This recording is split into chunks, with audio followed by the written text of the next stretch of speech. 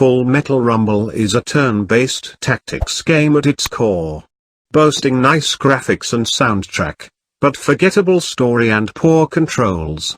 While the game has its moments in the sun, the issues with the controls truly kill the fun for me. With a lacking story, if controls are an issue, what fun is there to be had? Then there's the ethical issues behind the company itself, but I'll leave that to you to decide. Back in 2017, a company, newly founded, called Area 35 released a spiritual successor to the Advance Wars game developed by Intelligent Systems back in 2001.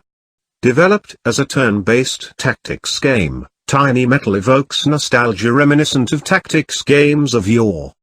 The question is, however, does it stand up to the magnitude of the game that inspired it? Please subscribe in our YouTube channel and follow and like us on Facebook #xGameZones.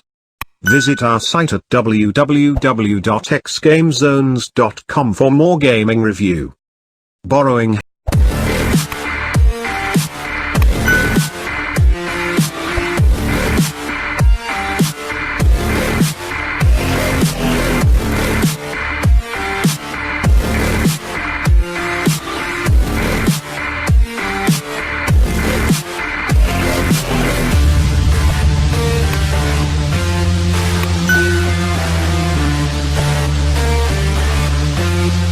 Borrowing heavily from Advance Wars, it's almost as if they took the original Advance Wars and remade it with modern graphics.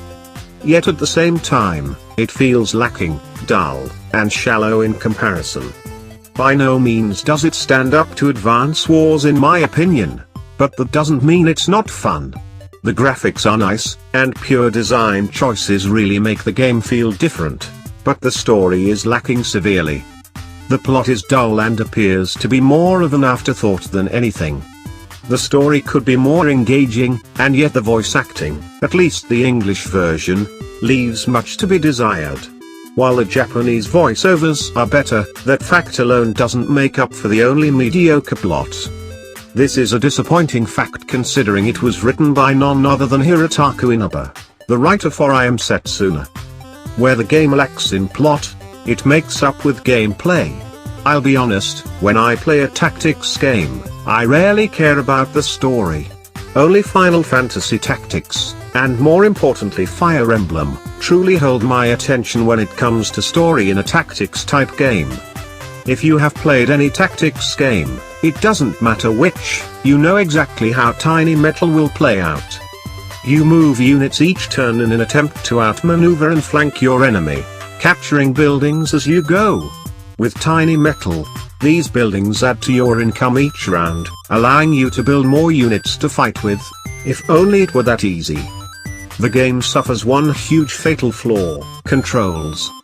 On the overworld map, if you click on a mission you are forced to begin that mission or Alt F4 your way out of the game to relaunch. Yes, there is a back button, which is set to delete, but it doesn't work. Thus, you are not able to back out of any menu you might need to that uses this key. What's worse, the entire economic system I mentioned above involving the buildings is basically useless due to a simple system that shouldn't be an issue. Every factory, barracks you own has its own turn each round. You can create a new unit, or pass without creating one, allowing you to save up money to purchase higher cost units.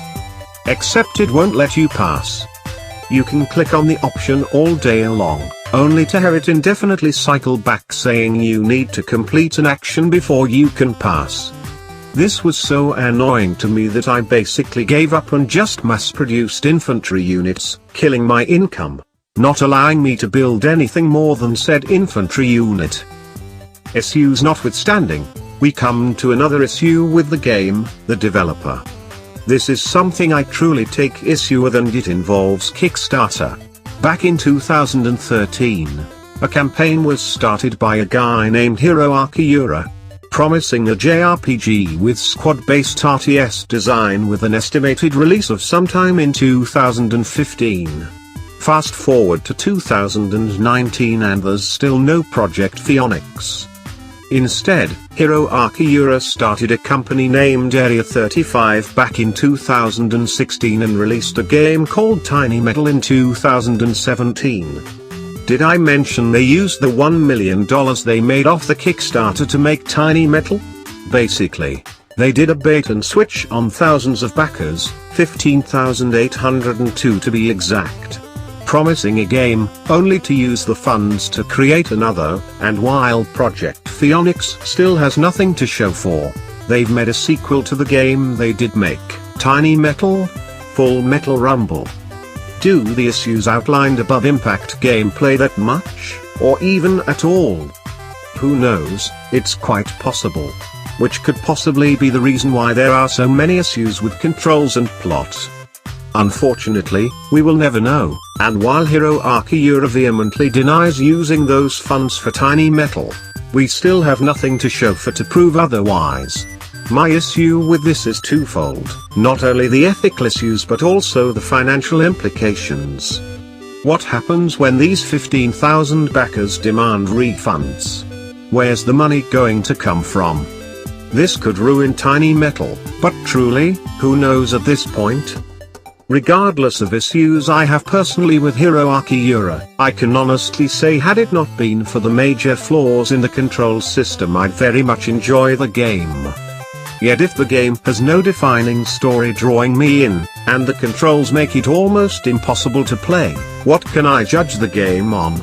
Hopefully, these issues can get resolved easily, and quickly. I can see this as a fan favorite all things considered, though as it stands right now it's a hard pass for me.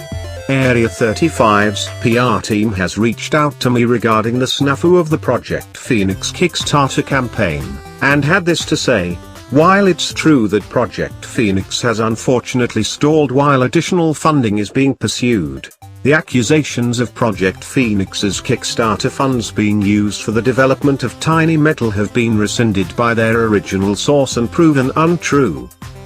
If you have any comments or suggestion, feel free to comment below. Thank you for watching. Please subscribe in our YouTube channel and follow and like us on Facebook #xGameZones. For more gaming review, visit our site at www.xgamezones.com. Don't forget to click the notification bell.